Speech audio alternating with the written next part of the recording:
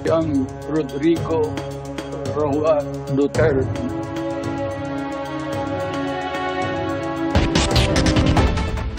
May mga kondisyon na dapat sundin ang gobyerno ng Pilipinas kung sakaling hihilingin at papayagan ang interim release ni dating Pangulong Rodrigo Duterte batay sa patakaran ng ICC. Ang tanong naman ng palasyo, paano susunod ang Pilipinas sa kondisyon ng ICC kung ang pamilya mismo ng dating Pangulo ang nagsasabing walang jurisdiksyon ng ICC sa bansa? Saksi, si Marie Zomal. Natanggap na ng lead counsel ni dating Pangulong Rodrigo Duterte ang unang batch ng mga document mula sa Office of the Prosecutor ng International Criminal Court. Confidential ang mga dokumento na ayon kay Attorney Nicholas Kaufman ay obligasyon ng prosekusyon na ibigay sa depensa, alinsunod sa Rome Statute. Ayon kay Attorney Gilbert Andres, isang ICC-accredited lawyer na tumutulong sa mga biktima ng extrajudicial killings. Itong disclosure ng evidence na to, pwede nating sabihin na ito yung mga ebidensya na nakalakip din dun sa application for an arrest warrant na final po ng Office of the Prosecutor. Kaya dun po yun natin malalaman kung i-relate po natin sa application. Pero as to yung mga specifics po, hindi po natin yan alam for now. 6 na buwan matapos ang una niyang pagharap sa ICC para sa kinakaharap na murder as a crime against humanity dahil sa drug war ng kanyang administrasyon, nakatakda sa Setyembre ang confirmation of charges laban kay dating Pangulong Duterte.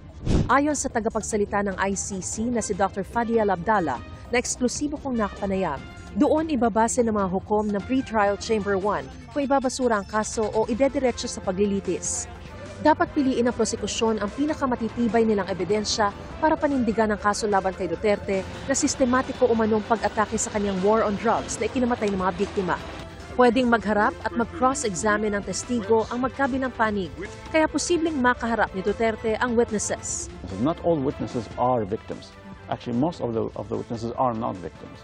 And not all the victims are witnesses. Actually, very limited number of victims would be called to be a witness. And normally, most of the victims will be represented by a lawyer.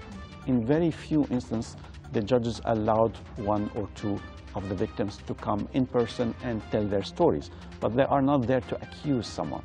They are there to present their point of view, their observations, and their stories to the judges. The accusation is done by the prosecutor, and the witnesses are called by the parties, either the prosecution or the defense. Sa September 23, nakatakda ang confirmation of charges hearing ni dating Pangulong Rodrigo Duterte dito sa ICC para sa kasong Crimes Against Humanity. At maaaring magtagal ito ng hanggang 3 araw. Pero may panibagong hanggang 6 na pong araw ang hihintayin bago makapaglabas ang korte ng kanilang desisyon kung tutuloy ba sa trial stage o hindi ang kanyang kaso. Up to 60 days. It can be shorter, but the judges have to issue their decisions in a maximum of 60 days after the closure of this process of confirmation of charges hearing, and eventually after the written observation if there are requests for written observations. Sa arrest warrant ni Duterte, tinukoy ang pagkakapatay sa 19 na individual sa kamay umano ng Davao Death Squad at 24 na iba sa kamay ng mga alagad ng batas. So if there is a plan that involves a widespread or systematic recurrent attack against civilian population, even one murder may be considered a crime against humanity.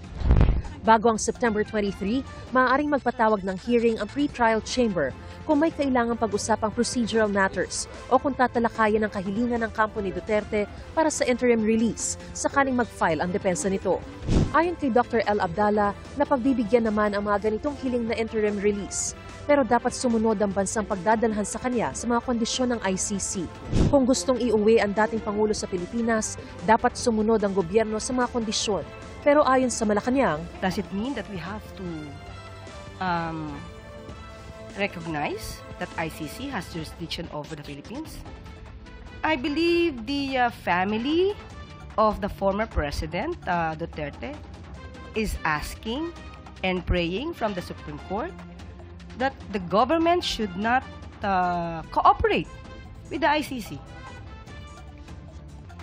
So it means that if we will not cooperate with the ICC, even that prayer or even that manifestation of the ICC, we will not take cognizance of that.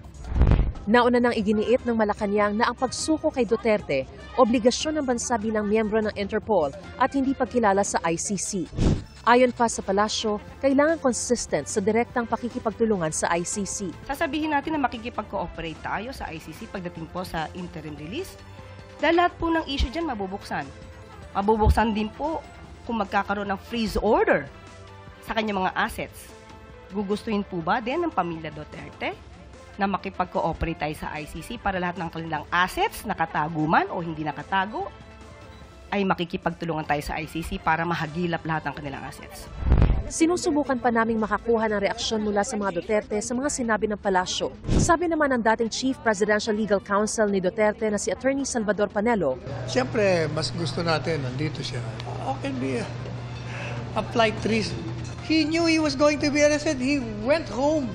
mula rito sa The Hague, Netherlands, para sa GMA Integrated News, ako si Mariz Umali ang inyong saksi. Mga kapuso, maging una sa saksi.